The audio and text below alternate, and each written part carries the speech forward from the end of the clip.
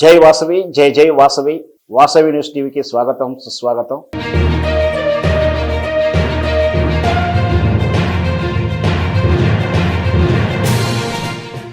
Vasavi news TV, the voice of voices. Raghupati Raghava Rajaram ఇది ఈశ్వరుణ్ణి, రఘురాముణ్ణి కీర్తించి పాడే కీర్తన కాదా? రఘుపతి రాఘవ రాజారాం అనే కీర్తనలో ఈశ్వర అల్లా తేరవనాం అనే ముస్లిం భగవంతుణ్ణి కీర్తించే పదాలు ఎందుకు వచ్చాయి? ఈశ్వరుని పక్కన అల్లాను పెట్టి పూజించేటువంటి ఔదార్యం మనకెందుకు వచ్చింది? అల్లా పక్కన ఈశ్వరుని పెట్టి ఎందుకు వాళ్ళు పూజ చెయ్యరు? రఘుపతి రాఘవ రాజారాం కీర్తన ఇప్పుడు ఎందుకు వివాదం అవుతా ఉంది? ఇటీవల పూణేలో జరిగినటువంటి రాద్ధాంతం ఏమిటి? రఘుపతి రాఘవ రాజారాం హిందువుల కీర్తన కాదా? ఈ వివరాలను పూర్తిగా తెలుసుకునే ప్రయత్నం చేద్దాం. జై శ్రీరామ్. రఘుపతి రాఘవ రాజారాం పతిత పావన సీతారాం ఈశ్వరి అల్లా తేరో నామ్ సబ్కో సమ్మతి దే భగవాన్.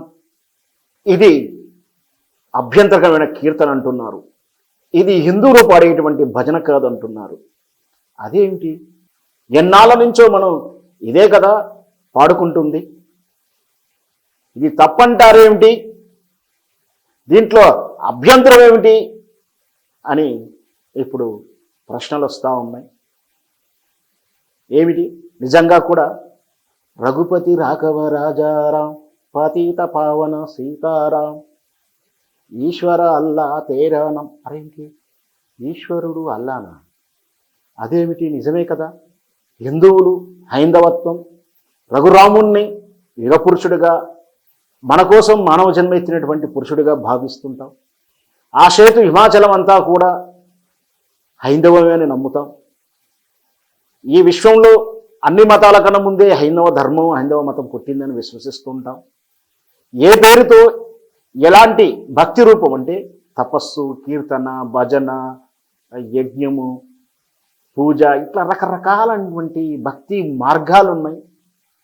ఏ మార్గం నుంచి అయినా, ఏ కీర్తన నుంచి అయినా, ఏ దేవుడి స్వరూపం నుంచి అయినా, అంటే ఈశ్వరుడు కానీ, పరమేశ్వరుడు కానీ, మహావిష్ణువు కానీ, వెంకటేశ్వరు, ఏ రూపం నుంచి అయినా, ఏ రూపాన్ని కొలుచుకున్నా, ఏ విధంగా కొలుచుకున్నా ప్రసన్నం చేసుకునేటువంటి మనం చల్లగా చూసినటువంటి దేవుడు కీర్తన రూపంలో పాడే భజనలలో మరి ఈశ్వరుడి పక్కన అల్లాని ఎలా వచ్చాడు?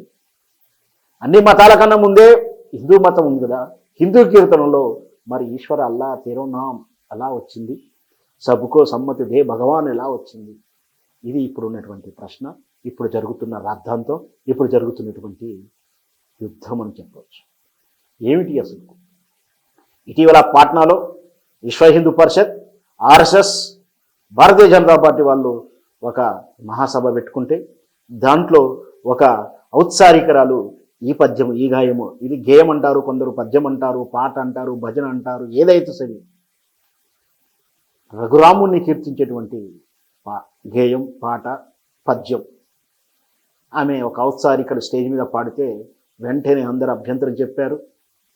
ఇక్కడ జరిగింది ఏమిటి అంటే, వాస్తవానికి ఈ రఘుపతి రాఘవ రాజారాం అనేది ఒరిజినల్ గేయం, ఒరిజినల్ పాట, ఉద్యము పద్యాలు, ఉద్యము పాదాలు ఇవి కావు, నిజమే కావు. ఇది రఘుపతి రాఘవ రాజారాం అనే భజన లేదా కీర్తన, పాట ఏదైతేనేమి ఇది సుమారు 300 సంవత్సరాల నుంచి జనబాహుళ్యంలో ఉంది, అందరూ పాడుకుంటున్నారు.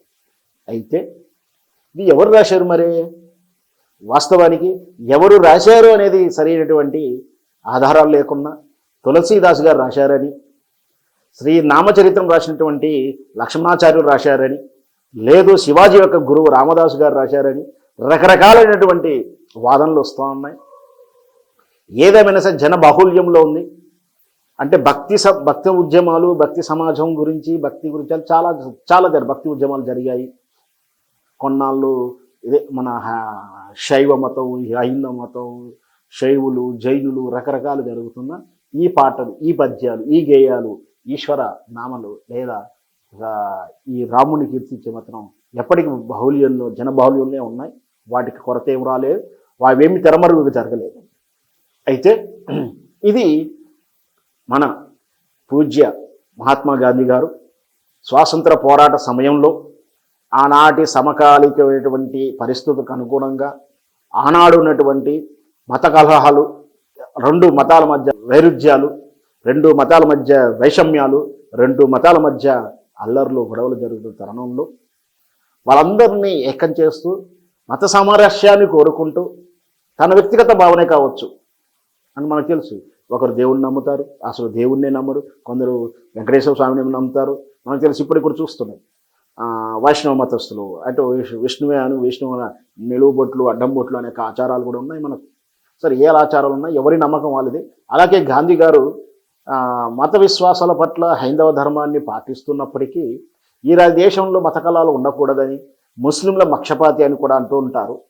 సో ఆ సందర్భంలో ఆ స్వాతంత్ర పోరాట సమయంలో హిందూ ముస్లింలు అందరూ కూడా ఏకమవ్వాలి, సోదర భావంతో ఉండాలనే ఉద్దేశంతో, ఎందుకంటే గాంధీ మహాత్ముడు ఒక్క పిలిపిస్తే ఆ చేతు హిమాచలం అంతా కూడా, ఆ రోజుల్లో కమ్యూనికేషన్ వ్యవస్థ లేదు, ఆ రోజుల్లో ఈ టీవీలు ఏమీ లేవు. కానీ ఎక్కడో గుజరాత్ సబర్మతి ఆశ్రమంలోనో ఢిల్లీ ఆశ్రమంలో కూర్చొని ఒక ఉప్పు సత్యాగ్రహాన్నో విదేశీ బహిష్కరణను రకరకాల ఉద్యమాలను ఒక పిలుపునిస్తే ఆ చేతు హిమాచలం అంతా కూడా భారతదేశం మొత్తం కూడా పల్లె పల్లె నుంచి స్వాతంత్ర సంగ్రామంలో పాల్గొనేటువంటి విధానం చూసాం. అంత ప్రభావితశీలుడైన. సో తాను తలించాడు ఏమిటి అంటే స్వాతంత్ర సమర పోరాటంలో భక్తి కూడా ఒక భాగం కావాలని, అది హిందూ ముస్లింలు సోదరభావంతో మెలగాలనే ఉద్దేశంతో ఆయన ఆల్రెడీ జనబాహుల్యం ఉన్నటువంటి ఆ రఘుపతి రాఘవ రాజారావుని మార్చాడు. ఒరిజినల్ పాదాలు ఏదో చూద్దాం, ఆయన మార్చిన పాదాలు ఏంటో ఒకసారి చూద్దాం. ఇప్పుడు మనకు తెలిసినటువంటిది పాదాలు, మనం అందరికీ తెలిసినటువంటి పాదాలు. రఘుపతి రాఘవ రాజారాం పతిత పావన సీతారాం, ఈ రెండు పాదాలు అందరికీ తెలిసినయే, కామన్గానే ఉన్నాయి. అయితే ఈశ్వర అల్లా తేరో నామ్ సబ్కో సమ్మతి దే భగవాన్, ఈ రెండు పాదాలు మార్చబడినవి. అసలు ఈ మార్చబడక ముందు ఒరిజినల్గా ఏమున్నాయో ఒకసారి చూద్దాం. రఘుపతి రాఘవ రాజారాం పతిత పావన సీతారాం సుందర విగ్రహ మేఘాశ్యాం గంగా తులసి సాలగరం, ఇది ఒరిజినల్ పాదాలు. వీటి స్థానంలో మార్చి ఈశ్వర అల్లానే తీసుకొచ్చి ఆ చరణాలుగా మార్చినటువంటి విధానం గాంధీ గారు చేశారు.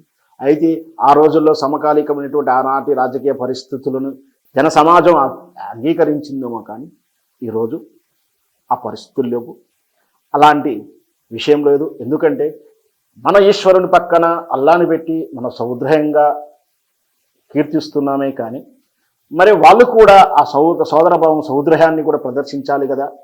వాళ్ళ అల్లా పక్కన ఈశ్వరున్నో శ్రీరామున్నో ఎందుకు పూజిస్తలేరు అంటే వాళ్ళ మతాచారం ఒప్పుకోదు, వాళ్ళకి అభ్యంతరాలు ఉంటాయి. వాస్తవానికి ముస్లిం మతస్థుడు ముస్లిము అని అనాలంటేనే ఒక 5 ధర్మసూత్రాలు ఉంటాయి. అందులో ప్రధానమైన ధర్మసూత్రం కల్మా అంటాం. కల్మా అంటే అది ఫస్ట్ మనం నమ్మాలి, అది ముస్లిం కానంటే ఆ విశ్వాసాన్ని నమ్ముతాడు. ఆ కల్మా ఏం చెప్తుంది అంటే అల్లా కాకుండా ఏది కూడా పరమాత్ముడు కాదు, అల్లాయే పరమావధి. అంటే దేవుడు నా అల్లా తప్పించి ఇతరులు ఎవరు కూడా నేను విశ్వసించును, ఆయన మాత్రమే దేవుడు అనే చెప్పే సారాంశము కల్మా సారాంశం. అలా అంటే ముస్లిము అని చెప్పుకోవాలంటే ఖచ్చితంగా అతను అల్లానే ప్రార్థించాలి. వాళ్ళ వ్యక్తిత్వం, వాళ్ళ వ్యక్తిగతం, వాళ్ళ ఇష్టం, అది మనకు కాదంటానికి కూడా వీలు లేని విషయం. కానీ అలాంటి వాళ్ళు, అలాంటి విశ్వాసం ఉన్న వాళ్ళు, అలా విశ్వసించే వాళ్ళు మరి అల్లా పక్కన మళ్ళీ ఈశ్వరున్నో కృష్ణున్నో ఎలా పూజిస్తారు? అలా పూజిస్తే వాళ్ళు ముస్లిం కాకుండా పోతారని వాళ్ళు చెప్తుంది. అంటే ఒకటి కల్మా చేయాలని, నమాజు చేయాలని, ఒకసారి మక్కా సందర్శించాలని, ఇట్లా వాళ్ళ 5 నియమాలు ఉంటాయి. మరి ఆ నియమాలు ఫ్యాక్ట్స్లోనే పెట్టుకున్నప్పుడు వాళ్ళు మన ఈశ్వరుని పక్కన పెట్టుకొని పూజించేటువంటి అవకాశం ఉండదు. వాళ్ళు పూజించినప్పుడు మనం ఎందుకు పూజించాలి? అది ప్రశ్న నాది. కాబట్టి తప్పేం లేదు. మీరు ఇంకా పాత అంటే ఇప్పటికీ బాహుల్యం ఉన్నట్టు ఈశ్వర్ అల్లా తేరోనాం చదువుకుంటే మీ ఇష్టం. కానీ ఒక హిందువుగా నేటి సమాజకు అనుకూలంగా పాత అయినటువంటి చరణాలు వాడుకుంటారు, మీ ఇష్టం, అది వ్యక్తిగతం అయినప్పటికీ నా విమతం మాత్రం మన ధర్మం, మన దేవుణ్ణి మనమే కీర్తించుకుందాం. ఇతరులను ద్వేషించమని నేను చెప్పట్లేను, ఇతర మతస్థులని దాడి చేయమని చెప్పను నేను. మన రక్షణ, మన ధర్మం మనం పాటిద్దాం, అంతే మనం చెప్పేది. ఇక నుంచి నేను పాడితే మీరు కూడా పాడండి. అదే అదేమిటంటే రఘుపతి రాఘవ రాజారాం పతిత పావన సీతారాం సుందర విగ్రహ మేఘాశాం గంగా తులసి సాలఘాం. ఇది నేను పాడేటువంటి చరణం. నేను పాడదాం అనుకుంటున్న చరణం. మీరు కూడా అలాగే పాడండి.